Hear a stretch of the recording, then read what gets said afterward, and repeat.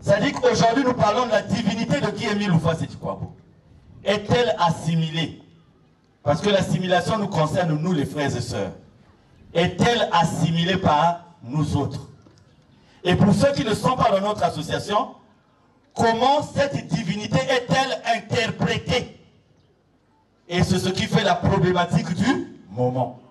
La problématique du moment, c'est-à-dire que ce que vit notre association aujourd'hui est lié à l'assimilation et à l'interprétation de la divinité de Guy-Émile Houphouët-Sétikwabo. Je suis Seti Chrisman Kinani, membre confirmé de l'OPH, prédicateur selon Guy-Émile Houphouët-Sétikwabo, qui compose donc le panel avec mon cher frère et papa, Émile Gétividi Mwanza, membre confirmé de l'OPH et prédicateur comme moi. Donc nous serons dans l'attente de toutes vos questions et avec l'aide de l'esprit, nous allons donner satisfaction à toutes vos questions.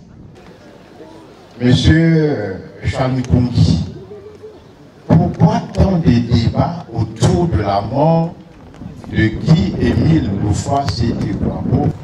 Pourquoi tant de débats et tant de flou? Vous avez déjà d'une manière ou d'une autre dit, et je le pose pour répondre à mes auditeurs. Pourquoi tant de débats? Parce que le même il dit, apprenez qu'il fallait que mon sang coule pour le bonheur et le bien-être de l'humanité. Regardez les pères fondateurs qui créent leurs églises avec un message clair, précis. Quand ces pères fondateurs s'en vont, ceux qui restent, comme ils n'ont pas reçu la même mission, ce qui les intéresse, c'est le matériel, c'est l'argent. Donc ils vont mettre de côté tout ce qui est lié à la mission pour mettre en place une église de complaisance qui va concourir uniquement à la satisfaction de leurs intérêts personnels.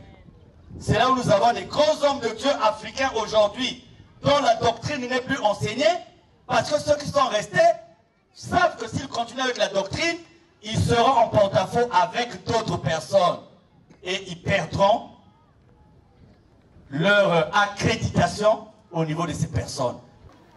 Monsieur le journaliste, quand vous avez un parent qui meurt en Bota, on vous appelle au téléphone, on dit l'oncle vient de mourir.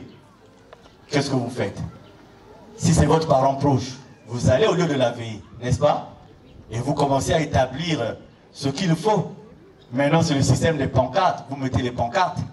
Et si on vous posait la question de savoir votre oncle est mort, vous êtes à même de dire que votre oncle est mort. Pourquoi? Parce que vous étiez.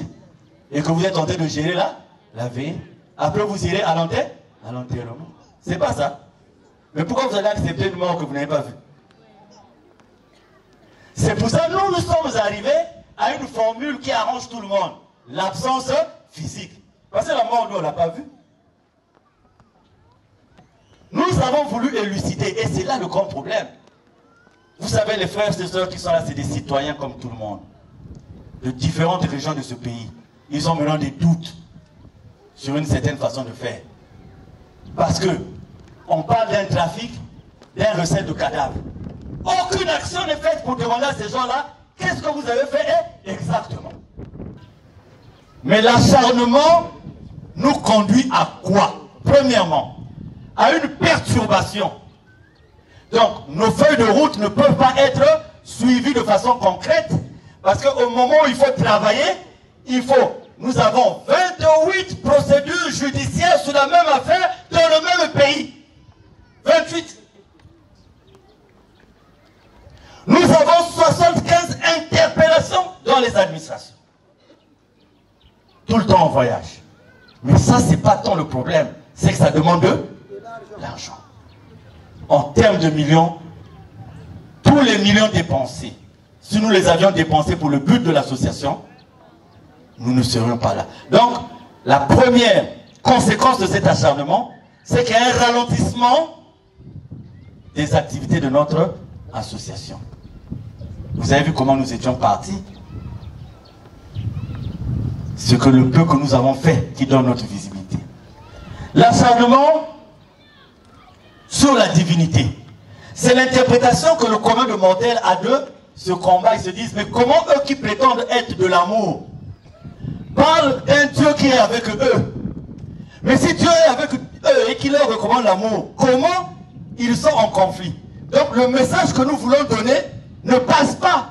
Parce qu'on dit, si vous avez l'amour, ou si vous voulez nous parler de ce Dieu-là, commencez d'abord par vous aimer. Vous bien avec Natalak, vision, il y a papa qui est né de fois Siti Kwabo, il kena bayina kena ganda jaka vision il a fait. Ni na kena kotisaka kaboni na katia de solo amour. Papa Kaba, moun peut-être, hein, mission moun ni kunat va mambe ya kusabisia. Mais peut-être qu'on a un jeune minga qui est capable na ku nat bisa na montoire. Il faut leur donner l'opportunité de conduire l'association. Peut-être dit bova vision que Dieu avait. Les vision a peut-être vie a peut-être mosime quelle veut. À plus forte raison vision anani yanza. Qui est tel bakak na zola mais bova depuis. Le cas qu'on a sorti bifou. Qu'est-ce que la divinité? Lorsque nous parlons de divinité, nous avons ce radical divin, c'est-à-dire qui vient de Dieu.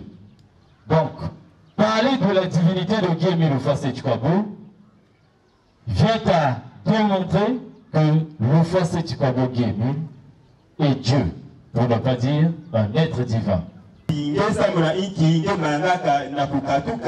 Na kuvanda na ndwala ya bankasi pe bibusi ya kimvuka luzolo amu OPH beto kuwaka mpe bamvutu ina luye lufundu sokupesaka singeke vena muswa ya kudwata jaka binkuti ya kimvuka luzolo amu OPH kasi kilubu ya buku ngekele na kutumama na ve na misiku ina luya lukupesaka samna iki ngekele na kumanga na kupika kimfumwe mutu nomeke muniki emi lufwa c'est quoi. Donc, si vous